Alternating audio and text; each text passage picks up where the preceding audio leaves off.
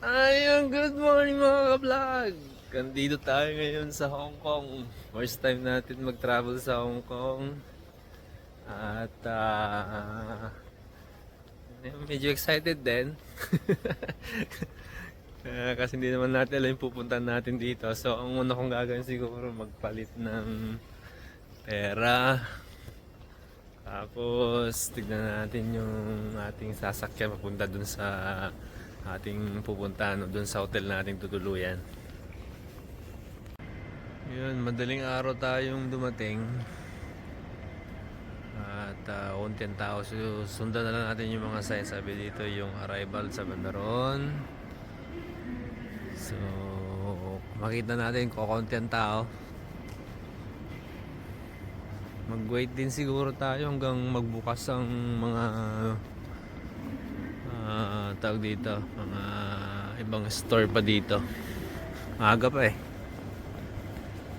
Withdraw na po tayo. China Bank.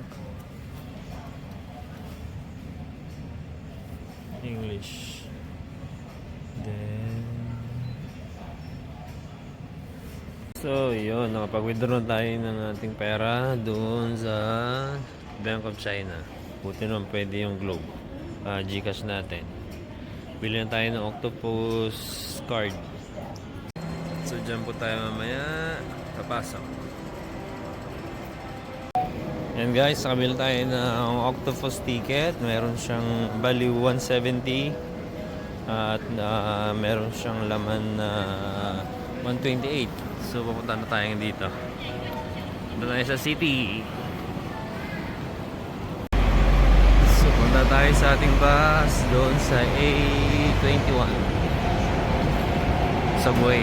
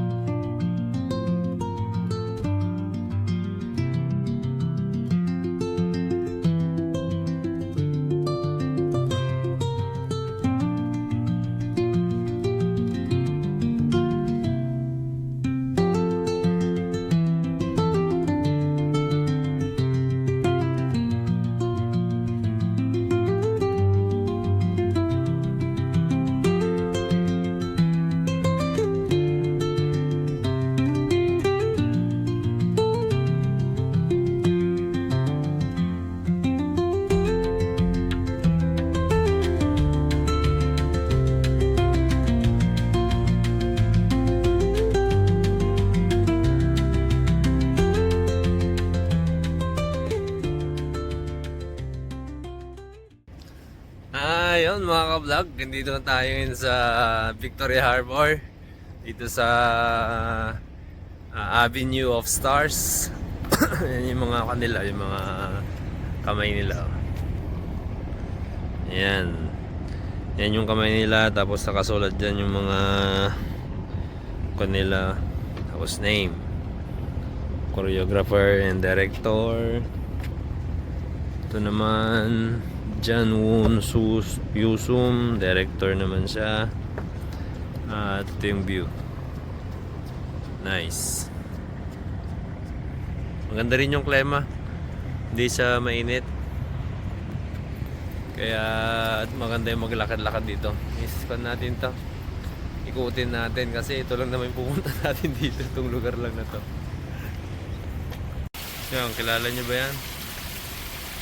The one and only Bruce Lee.